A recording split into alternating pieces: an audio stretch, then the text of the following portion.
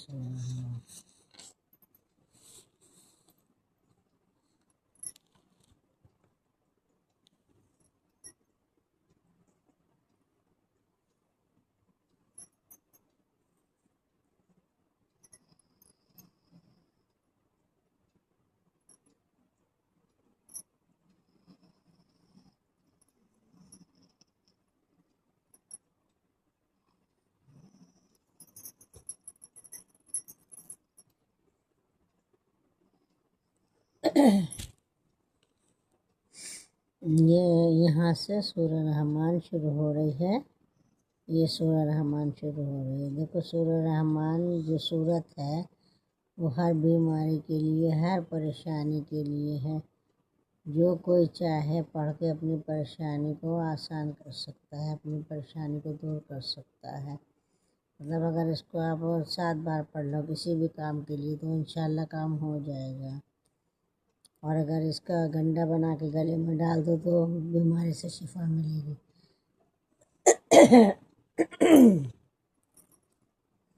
جیسے کیا نام ہے، ماتا وغیرہ نکل آتی ہے بچوں کے، یا کچھ وہ بخار وغیرہ آ جاتا ہے تو اس کا گنڈا بنا کے گلے میں ڈالتے ہیں۔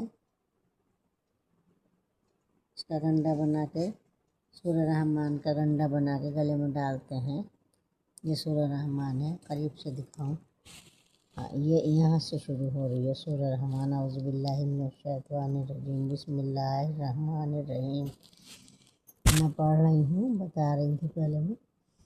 سورہ رحمان بیماری کے لیے بھی ہے اور ہر کام کے لیے، مطلب جس کام کے لیے بھی آپ چاہو تو پڑھ کر وہ کام وہ مسئلہ حل کر سکتے ہیں۔ کوئی بھی بیماری، کوئی بھی پریشانی کے لیے سورہ رحمان بہت اچھی چیز ہے۔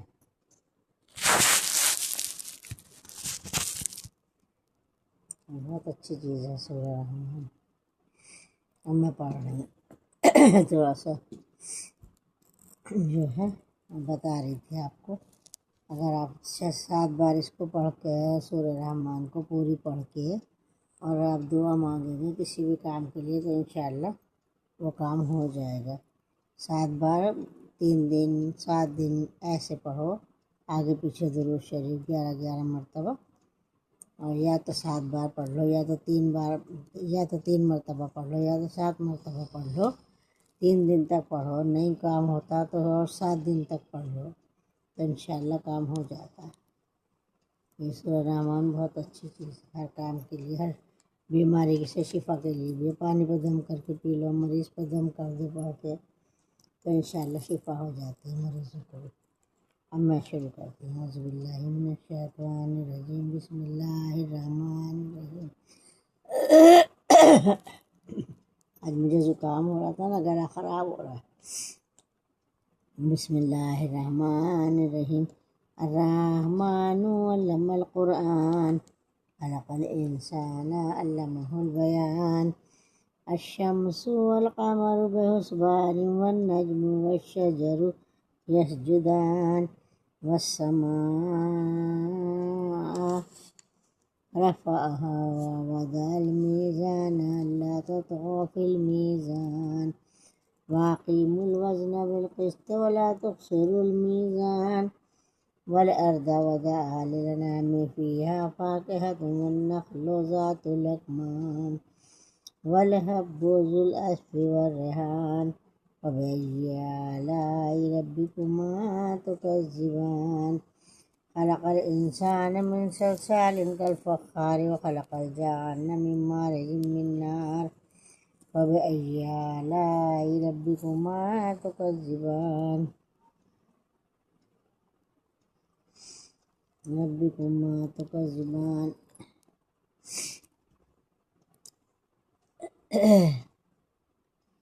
رب المشرقين ورب المغربين فبأي آلاء ربكما تكذبان مرج البحرين يلتقيان بينهما برزخ لا يبغيان فبأي آلاء ربكما تكذبان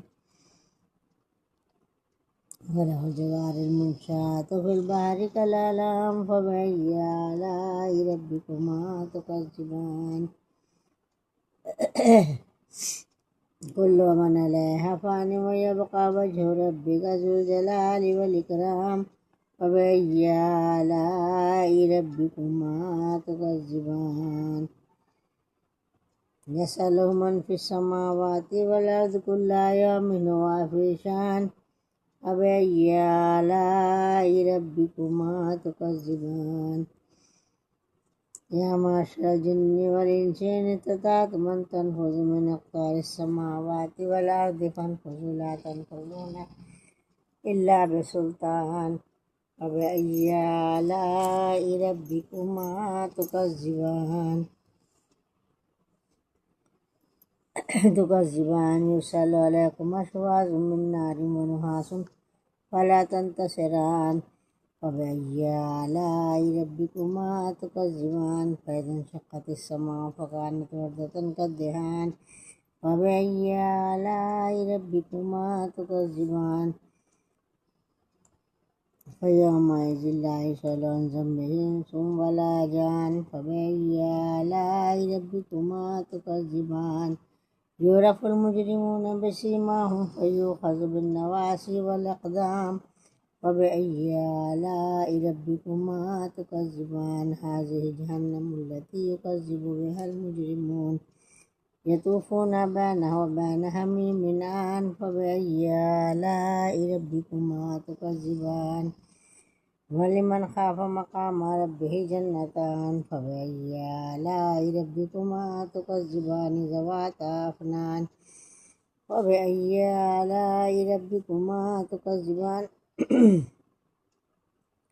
فيهما من كل فاكهة زوجان فبأي آلاء ربكما تكذبان متكئين على فروش بطائنها من استبرق وجنى الجنتين دان فبأي آلاء ربكما تكذبان فيهن قاصرات الطرف لم يطمثهن إنس قبلهم ولا جان فبأي آلاء ربكما تكذبان وله الجوار المنشآت في البحر كالأعلام فبأي آلاء ربكما تكذبان هل جزاء الإحسان إلا الإحسان فبأي آلاء ربكما تكذبان مدهامتان فبأي آلاء ربكما تكذبان فيهما عينان نضختان فبأي آلاء ربكما تكذبان فيهما فاكهة ونخل ورمان فبأي آلاء ربكما تكذبان فيهن خيرات حسان فبأي آلاء ربكما تكذبان حور مقصورات في الخيام فبأي آلاء ربكما تكذبان لم يطمثهن إنس قبلهم ولا جان فبأي آلاء ربكما تكذبان متكئين على رفرف خضر وعبقري حسان فبأي آلاء ربكما تكذبان تبارك اسم ربك ذی الجلال والإکرام۔ اللہ تعالیٰ ہم نے جو سورہ رحمان پڑھی اس کو قبول فرما۔ پروردگار عالم جو بھی غلطی اس کے پڑھنے میں ہوئی ہو یا چھوٹ گیا اس کو معاف فرما۔ الہ العالمین ہمارے گناہوں کو معاف کر، اللہ ہمارے گناہوں کو مغفرت فرما، اللہ ہمارا کلام خاص پڑھنے کی توفیق عطا فرما، اللہ جن کو نہیں آتا ان کو پڑھنے کی توفیق عطا فرما۔ الہ العالمین اس کلام پاک کو پڑھنے کا مقصد یہی ہے کہ آگے بھی لوگوں کو شیئر کیا جائے تاکہ لوگوں کو پتہ چلے کہ سورہ رحمان کی کیا فضیلت ہے۔ اس سورہ رحمان کی بہت بڑی فضیلت ہے، جو بھی اس کو پڑھے گا دل سے انشاءاللہ اس کا ہر کام ہو جائے گا اور اگر 3 مرتبہ روز پڑھو گے 7 دن تک یا 3 دن تک تو اب انشاءاللہ کام ہو جائے گا، اور اگر 7 دن تک پڑھو گے 7 مرتبہ تو اب انشاءاللہ کام ہو جائے گا۔ ہر کام کے لیے بہت اچھی صورت ہے۔ اس صورت کو پڑھنے والے کو اللہ تعالیٰ نے بہت نعمتوں سے نوازا ہے۔ فَبِأَيِّ آلَاءِ رَبِّكُمَا تُكَذِّبَانِ، اس کا مطلب ہے اللہ تعالیٰ کی تم کیا کیا نعمتیں جھٹلاؤ گے۔ تو ہم جو اللہ تعالیٰ کی نعمتیں کھاتے ہیں تو ہم کیسے جھٹلا سکتے ہیں؟ اگر ہم نے ایک کھجور کھائی ہے تو ہمیں اس کا بھی اللہ تعالیٰ کو حساب دینا ہے۔ اس لیے رمضان شریف میں کہتے ہیں کہ جتنا بھی خرچ کرتے ہو اللہ تعالیٰ سب معاف کر دیتا ہے۔ جتنا بھی کپڑا پہنتے ہو، نیا کپڑا بناتے ہو، اس کو پہن کے نماز پڑھ لے تو انشاءاللہ معاف ہو جاتا ہے۔ اللہ تعالیٰ فرماتے ہیں کہ رمضان شریف میں جتنا بھی تم خرچ کرو گے وہ سب میں معاف کر دوں گا، اور اگر 1 روپے کا صدقہ دو گے تو انشاءاللہ 70 روپے کا ثواب دوں گا۔ اللہ تعالیٰ کی شان بہت بڑی ہے، اس لیے اللہ تعالیٰ سے دعا کرتے رہا کیجیے، اور دعاؤں میں ہمیں بھی یاد رکھیے۔ اللہ تعالیٰ وہ گناہوں کو معاف فرمائے، آمین ثم آمین۔